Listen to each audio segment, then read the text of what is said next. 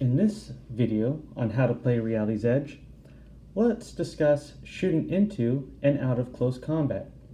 So you should not bring your preconceptions of Kill Team or Necromunda into this game. There is no rule in the book stating that if your model is within base-to-base contact with an enemy model, has been attacked in close combat, or been charged, that they are limited in any action that they can take. Now, if you are in base-to-base contact with a model, you will have to disengage to make a move action. But why would you? Nothing says you can't shoot somebody while in base-to-base contact, and nothing says that you can only shoot someone you are in base-to-base combat with.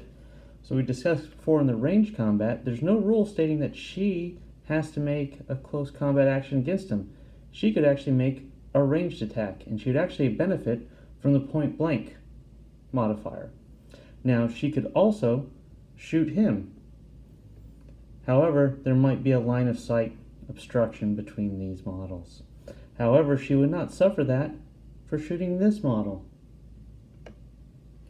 Now, there are rules specific to shooting into models that are fighting with each other. For example, if this model wants to shoot her. These are on page 40 of the rulebook. Basically, you are just shooting at everyone in the group and hoping for the best. The model makes an aim test, you roll your d10, and if there's a hit, you just have to find an even way to distribute the probability to allocate the hit. So in this case, if this model hits its target number with its modifiers of 11, on its aim test, it has a 50-50 chance.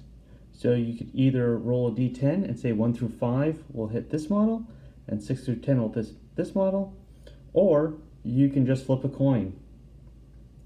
However, if there's a situation of where there are 3 models in the scrum or more, you can take your d10 and just assign everyone 3 slots. So 1, 2, 3 would be her, 4, 5, 6 would be him, and 7, 8, 9 would be him, with 10 being an automatic reroll.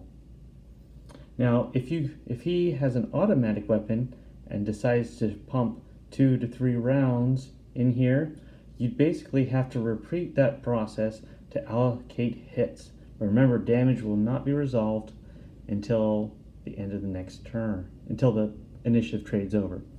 So, thank you for this special episode. I know there's no specific rules about shooting out of combat, but it's something you can read into it.